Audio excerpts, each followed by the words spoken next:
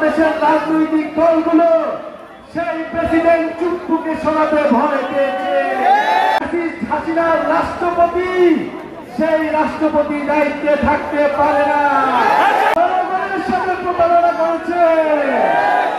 সেই গ্রাফিতির মধ্য দিয়ে নতুন সংবিধান লেখা হয়ে গিয়েছে। আপনারা কি দেখেছেন সেসব গ্রাফিতি? সেসব গ্রাফিতির মধ্যেই বাংলাদেশের মানুষের আকাঙ্ক্ষার কথা লেখা হয়েছিল।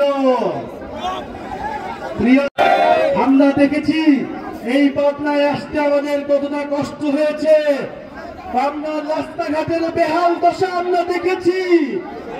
আমরা শেখ হাসিনার উন্নয়নের গল্প আমরা পাবনায় এসে প্রত্যক্ষ করেছি।